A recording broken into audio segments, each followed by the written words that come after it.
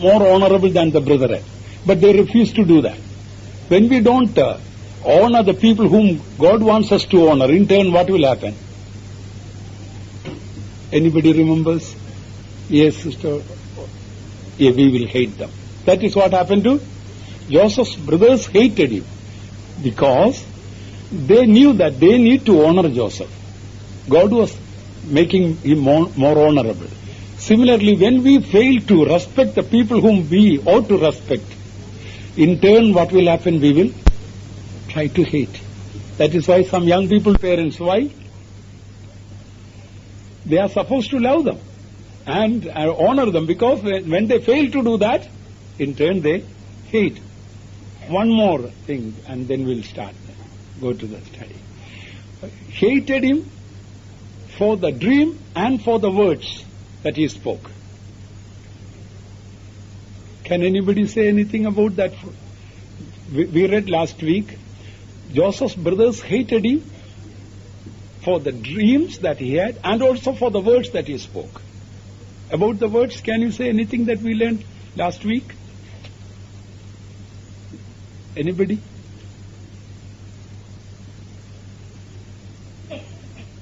Sister Sandra was telling something, opening the mouth. Oh, anybody can say for the hated him for the dreams and for the words. Anybody remembers anything? Yes. Somebody else says yes. That's right. Even if the sweetest words a person will speak, if you start hating a person, even the sweetest words will become irritable to us. I think the way you all are sitting, you have never experienced all these things. You are just dropped from heaven and you didn't go through all these things. And you will go to the next, as I told about this, Joseph's study is like our character study. We are learning what type of character we have. Genesis, we'll turn to 37 again, and verse 9 to 11 we will read. 37, 9 to 11. And he dreamt yet another dream, and told it his brethren, and said, Behold, I have dreamt a dream more, and behold, the sun and the moon and the 11 stars made obeisance to me. And he told it to his father and to his brethren. And his father rebuked him, and said unto him, What is this dream that thou hast dreamt? Shall I and thy mother and thy brethren indeed come to bow down ourselves to thee to the earth? And his brethren envied him, but his father observed the saying. Now, here, another dream that he had. What was the dream? That he dreamed in that the sun and the moon and the 11 stars are bowing down before him now. And this made him more object of more hate towards him. So this, first of all, the meaning is that one of the meanings I would say, sun and moon and stars, we find in Revelation chapter 12 verse 1, we find the church is, the true church is adorned with the sun, moon and the stars. So that represents the church. We read in 12:1, Revelation, and there appeared a great wonder in heaven, a woman clothed with the sun and the moon under her feet, and upon her head a crown of 12 stars. Here we find, in this dream, he dreamt a dream, sun and the moon and the 11 stars made obeisance to me. The glorious church, adorned with, clad with the sun and standing on the moon with the crown of stars. It will be the church, the glorious church will be, one day is going to bow down before Jesus, worship the Lord. That will be at the rapture. This also is a vision about the rapture. Like earlier one also has meaning, one meaning was about the rapture. And there it has got another meaning here, mediator, since it was his father and mother and other brothers are going to bow down before him. That is why the 10th verse says, and he told it to his father and to his brethren. And his father rebuked him and said unto him, what is this dream that thou hast dreamt? Shall I and thy mother and thy brethren indeed come to bow down ourselves to thee, to the earth? By the way, somebody gave a question in that the mother mentioned here, because Joseph's mother, Rachel, had died some time ago, isn't it? So, but perhaps Rachel's sister Leah, the elder sister, because Rachel died when Joseph was so young, so Joseph might have been brought up by Leah. Leah also was his mother's sister. So this may be about Leah, we should suppose. And the meaning of the dream was that his father and mother and brethren all will be bowing before him. We don't see that Joseph's father was bowing before him or Leah was bowing. Of course, we see the brethren are bowing before Joseph when he was the governor. But we find Jacob was paying homage to the governor by sending some gifts. And also finally, Jacob and maybe Leah and the children and all the family became dependent upon Joseph. So that way, they are becoming dependent, can be taken as honoring him. Although literally, it's not bowing before Joseph. But now here in this, what we need to know, earlier, first time when Joseph was sharing about dream, the brothers didn't like it. The 5th verse says, Joseph dreamt a dream and he told it his brethren and they hated him yet the more. That 5th verse says. So Joseph knew that brethren didn't like Joseph's dreams, particularly when it comes that Joseph is being elevated. And again we read 6th verse, maybe the second dream I suppose. And he said unto them, here I pray you, this dream which I have dreamt.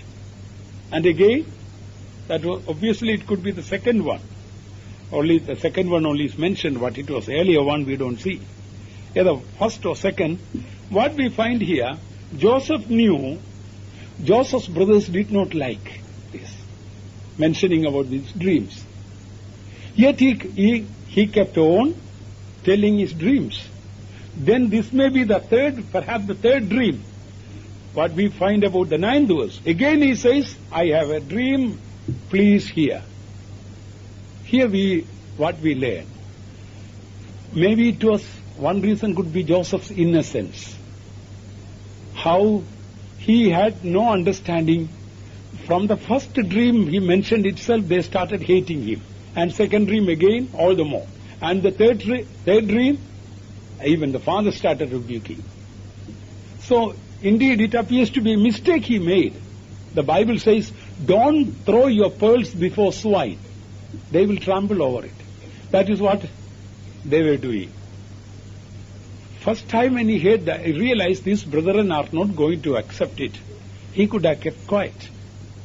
Again, second time he made the mistake. Third time he made the mistake. But afterwards we don't see that he was mentioning. Of course, there was no time either. Anyway, the beautiful thing that we can learn from this, although he made a mistake and second time mistake, third time mistake, at least after 3 mistakes he learned the lesson. Then he stopped. But what about us?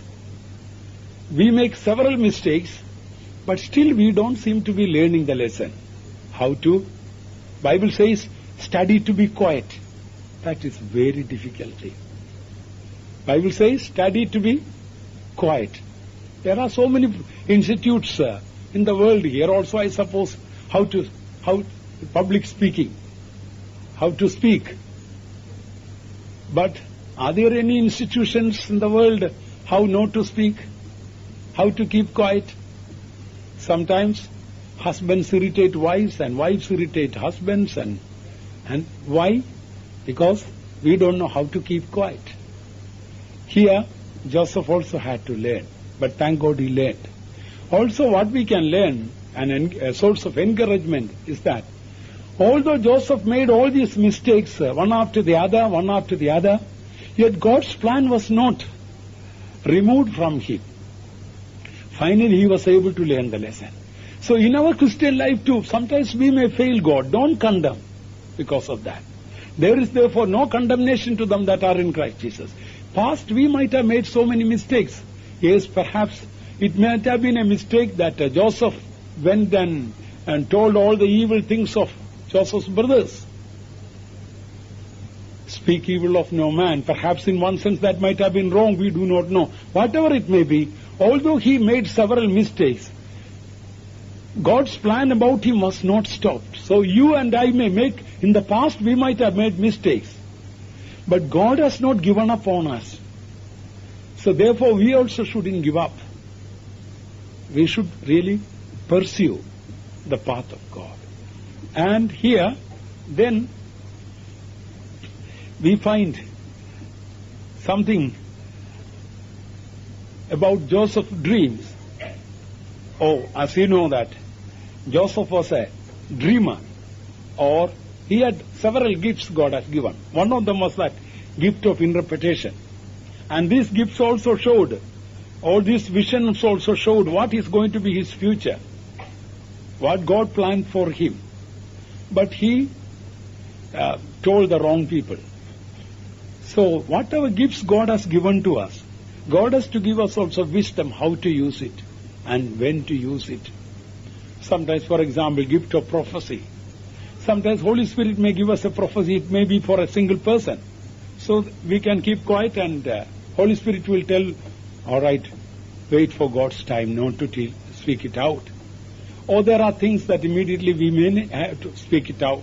There are things we have to delay. There are so many things, the God-given gifts, how to use it we need to know. But later on we find in Joseph's case, he learned something that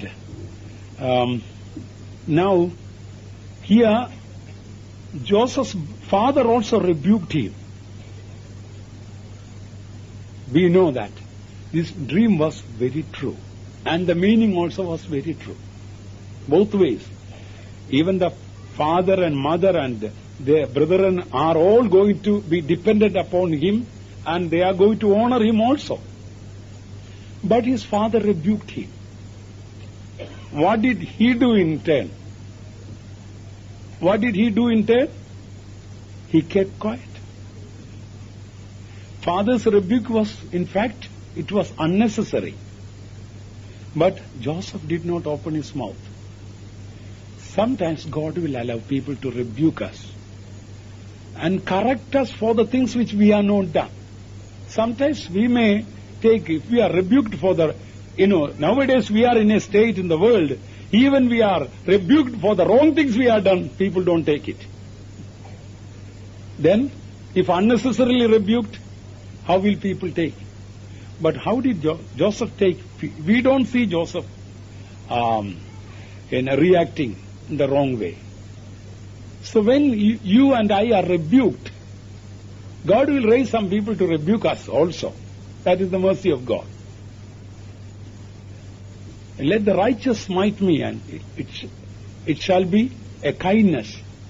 And let them rebuke me, and it shall be an excellent oil which shall not break my head. So when we are rebuked, that is the time we come to know how much of self is in us.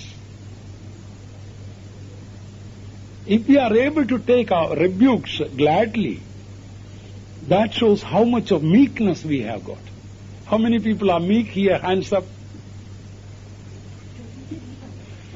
Those who take corrections or rebukes so lovingly. We read about even Jesus,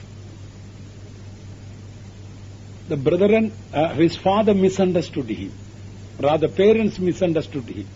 His father means not biological father. So, how did he take it? He just obeyed and submitted to the parents, Bible says. Same way here we find, after father rebuked, he asked him to do something. obey something, immediately he obeyed. Jesus also did the same, we read. In Luke's Gospel, chapter 2, we read, like Joseph's father could not understand and therefore rebuked. Here, in Luke chapter verse 2, any one of the young people read verse 50 and 51.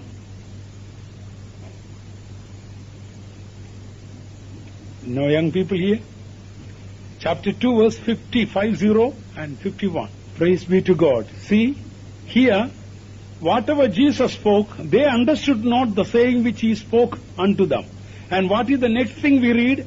And he went down with them and came to Nazareth and was subject unto them. The parents could not understand what Jesus was speaking. Yet what we read, what did he do? He submitted himself to them. And now, you compare this with the modern young people, what they say?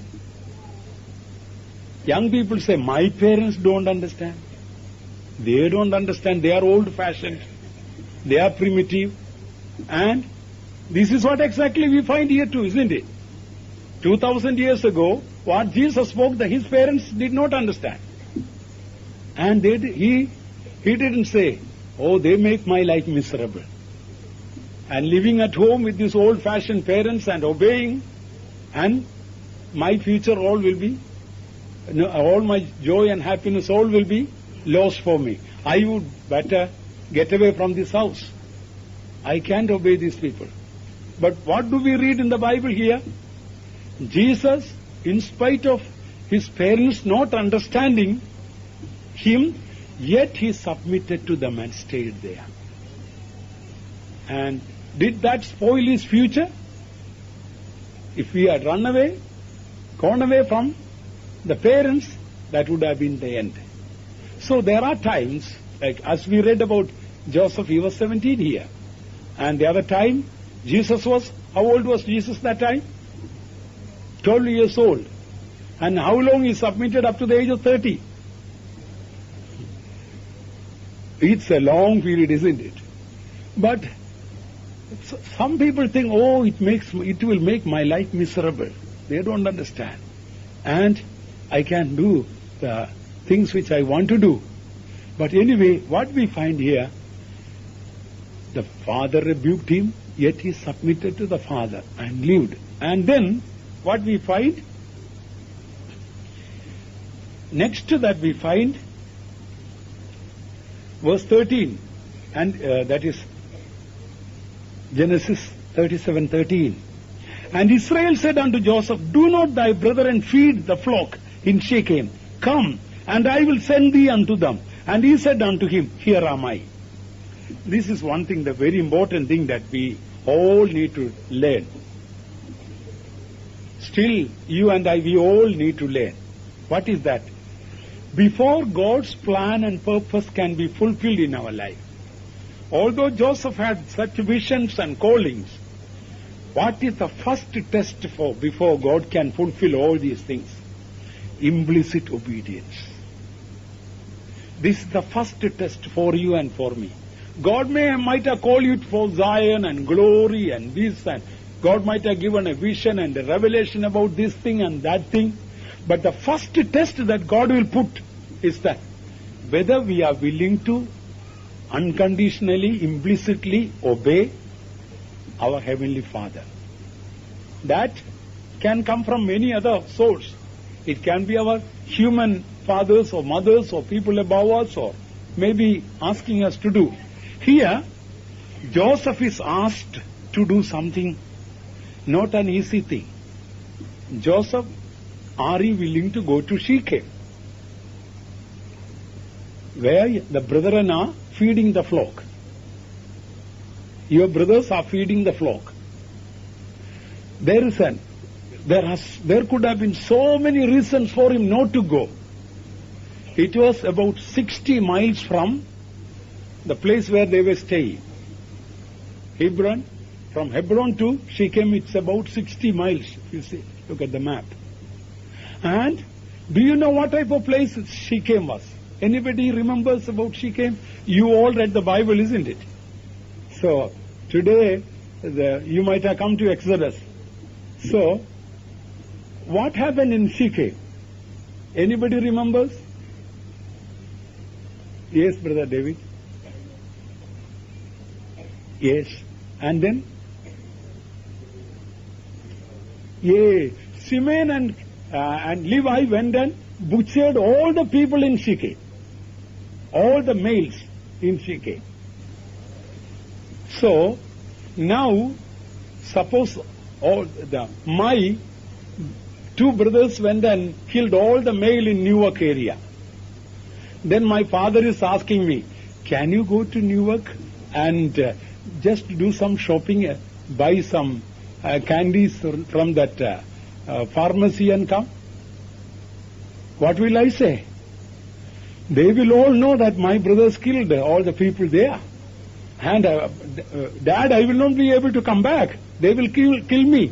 Because Simeon and Levi killed all the people in Newark. All the men. Then all the others will see. But you just think about it. Shechem was a place, all the male, including the king. Everybody was, all the males were killed. There, Joseph was being sent alone. He didn't say a word against it. Even Joseph's father himself was telling, oh, you have troubled me.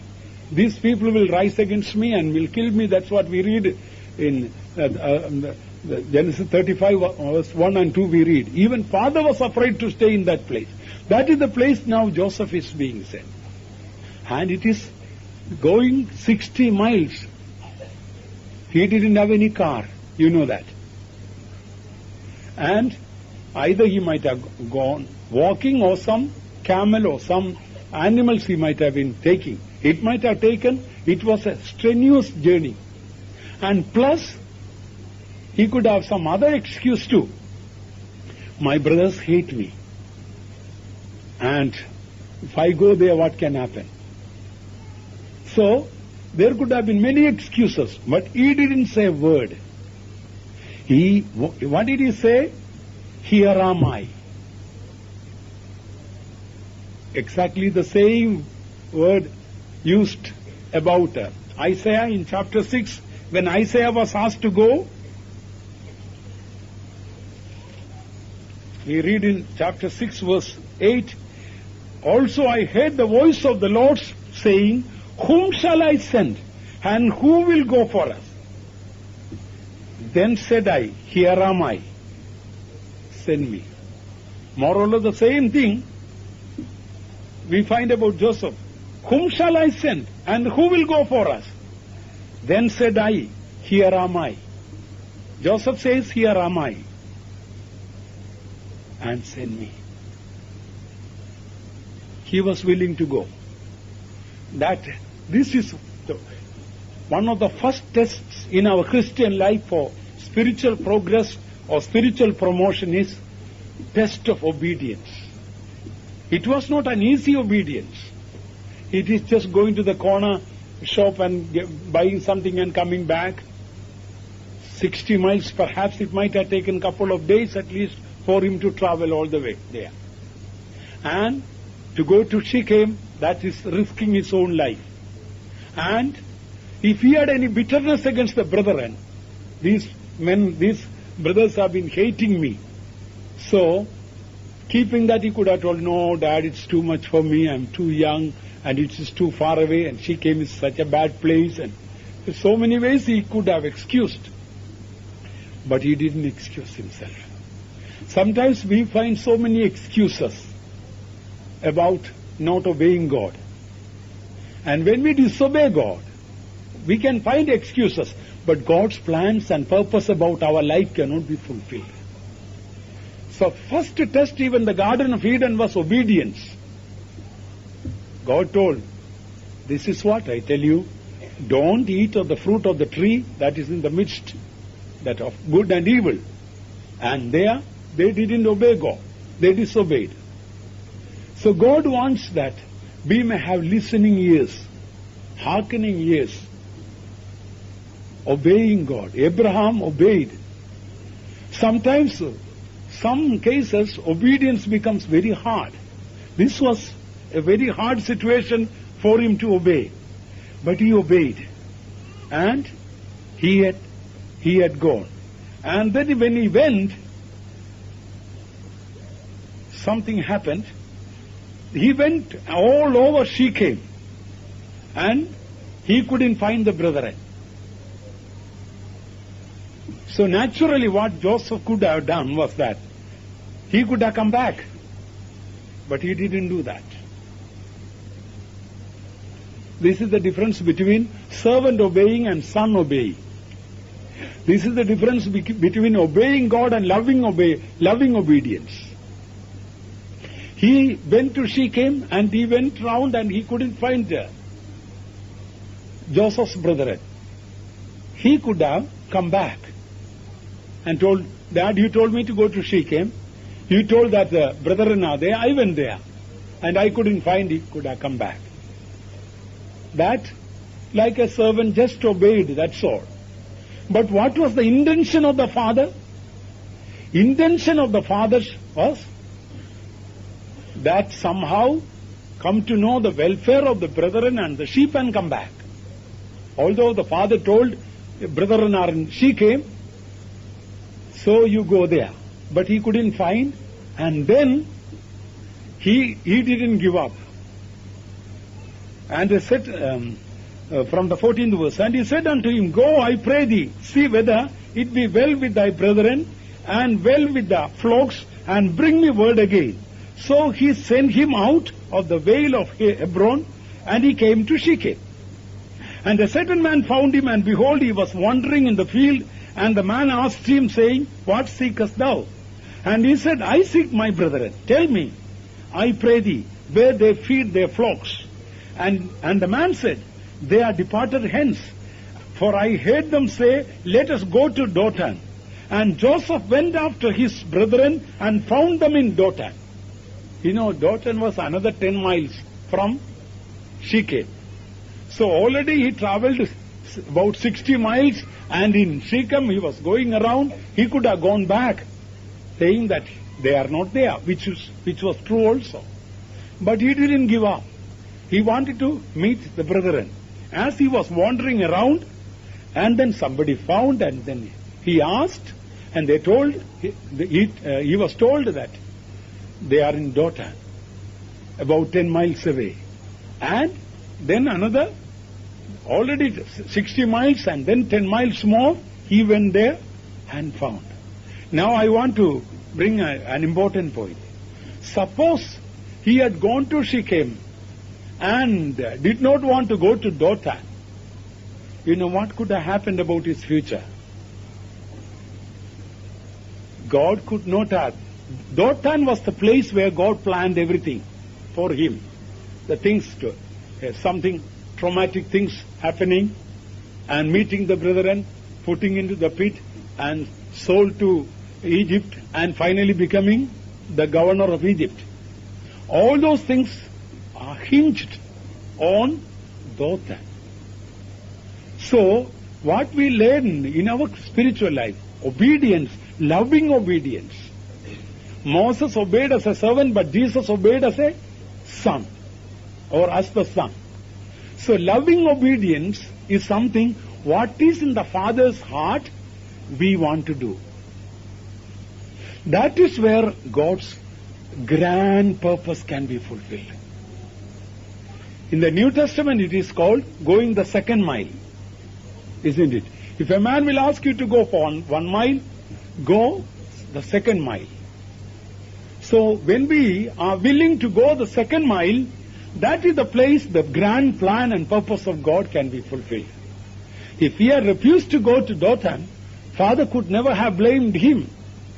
But the grand plan of God could not have been fulfilled. So, particularly the second mile that in the New Testament that we find, he is doing that second mile is not for the people, for our friends, but for our foes. The people who hate us, They are the ones who need the second mile. I hope you understand that. They are the ones who need a double portion of our love. Not simple just, you can love all your friends and relations and the children of God, but the people who hate you, who speak evil of you, they are the ones who need the second mile, the double portion of love. Joseph loved and told, where are my brethren feeding? Dear child of God, are you going the second mile? Are you loving your enemies with a double portion of love? We should pray for our enemies more than we pray for our friends. You might have fasted and prayed for your friends, but have you fasted and prayed for your enemies? Not to destroy them, but to bless them. Have you prayed the prayer, Lord, give my enemies a greater portion in heaven and earth than for myself? That is the unselfish prayer. So Joseph went the second mile. So to say that 70 miles to go, that was not an easy thing. He could have told, oh, I went to Dothan, that is why all the problems came to me. It may appear like that, isn't it? If Joseph had not gone, if he had been looking, if he was short-sighted person, he could have told, oh, because I went to Dothan only, I was put in the pit and sold and this and that. But finally, when we look with a far view, we find that is the way that God trained him up, groomed him, and made him the governor of the land. So Dothan is the place where God is testing us at times. Sometimes God is giving us a chance to do something good to the people who are hating us. Not that we are hating them. If we hate anybody, God's plan cannot be fulfilled. And these brethren, the hatred had accumulated to such an extent, we read earlier, they envied him. Envy is the offspring of hatred. When hatred is continuing and developed, it comes to a climax, then envy starts. That is why we read about Jesus, that the scribes and Pharisees, because of their envy, they crucified Jesus.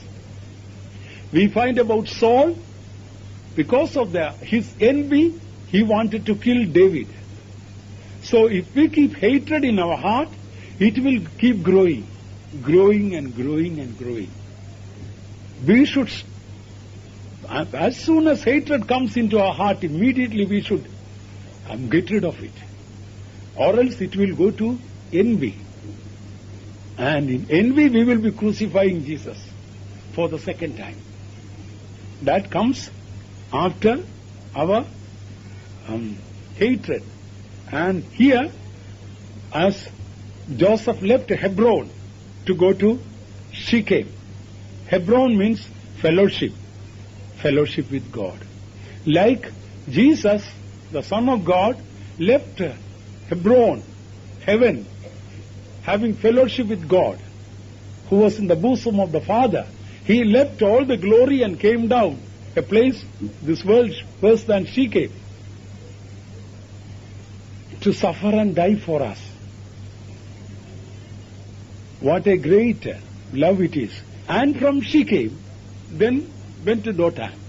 Jesus became a servant, and then again from there, he became a servant of servants and died like a criminal on the cross. He came right down that state.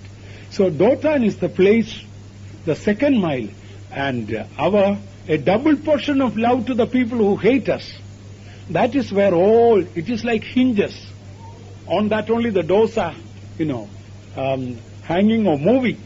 So Dothan is, in fact, the meaning of Dothan means, Dothan, if you see the dictionary, you'll see double well. Not one single well or fountain of water, double well. We get a double, and also the meaning is, another meaning of Dothan is double feast. all double. Double well or double feast. So Dothan is the place where we get a double portion of double well. Not one fountain but two fountains. Not one feast but a double feast. Riches of the glory of the grace of God. Great things God is able to do when we are willing to go the second mile. Oh, I wish I learned this lesson. So much of God's great things are being hindered because we don't go the second mile. We stop short of second one. We stop with the first one. And then what we find here as we read about Jesus, here Joseph also, without giving up, he went to Dothan and finally found the brethren. That 70 miles he traveled, strangely enough, this you don't take it in a doctrinal way. If you look at the map, that from Galilee to Jordan, it is about 70 miles. Jesus went all the way, obviously on foot. Only one place we read in the Bible, Jesus was riding on a donkey. So what we read in Matthew's Gospel, that Jesus went from Galilee to Jordan, what for? Anybody remembers what for? To be baptized. To obey that commandment. Those who are not taken water baptism, I want to tell you, Jesus is what a perfect example. That was not at all. If at all there is somebody who doesn't need to take water baptism, it was Jesus, who never committed any sin, who had no sin in him. But why did he do that? He told, by this all righteousness will be fulfilled. And then later on we read Jesus telling, I have shown you an example for you to follow. See, Jesus, if it was only a ritual, if it was an unimportant thing, why should Jesus walk about 70 miles? And the purpose mentioned is that, read that, Matthew chapter 3 verse 13. Somebody may read 3:13. 3:13.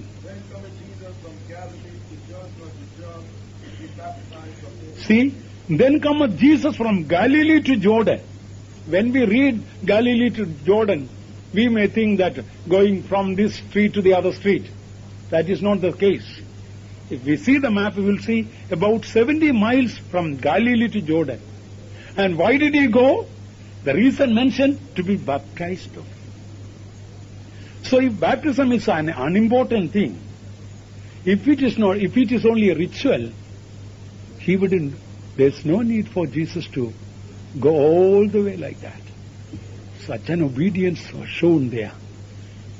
And then he told, I have shown you an example for you to follow. If anybody seated here who has not taken the right water baptism by immersion from the hands of a spirit-filled servant of God in the name of the Father, Son, and the Holy Spirit, I tell you, this verse may one day condemn you.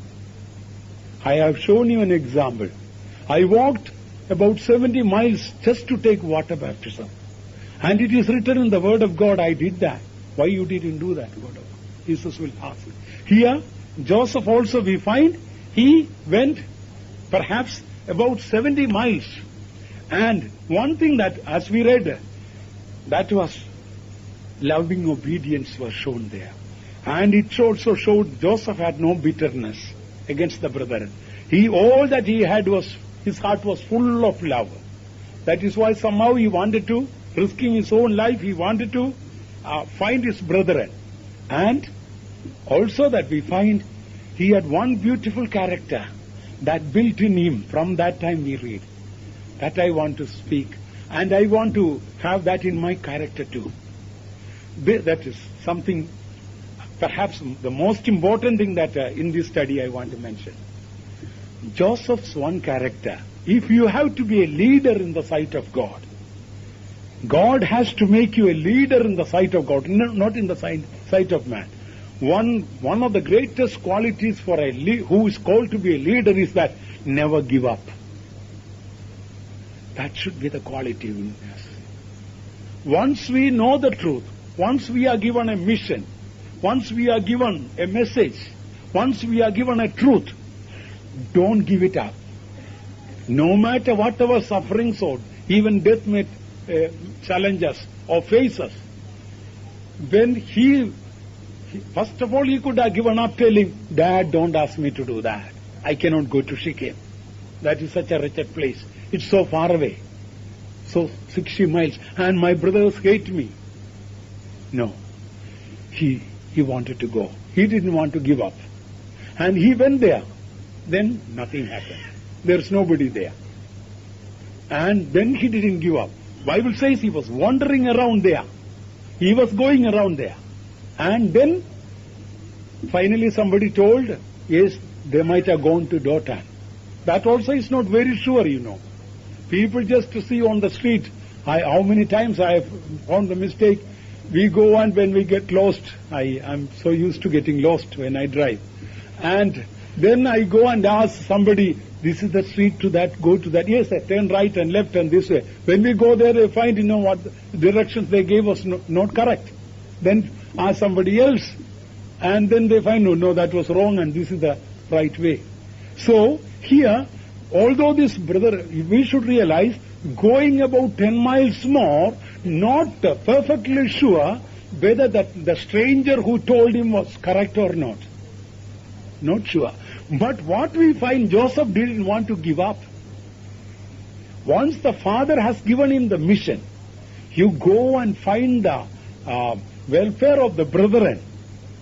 He wants to do that. This is the test you and I face. There are people who give up, God can never make them great, or even the plan of God cannot be fulfilled. You might have heard about William Carey, one of the first pioneer missionaries who went to Calcutta in India.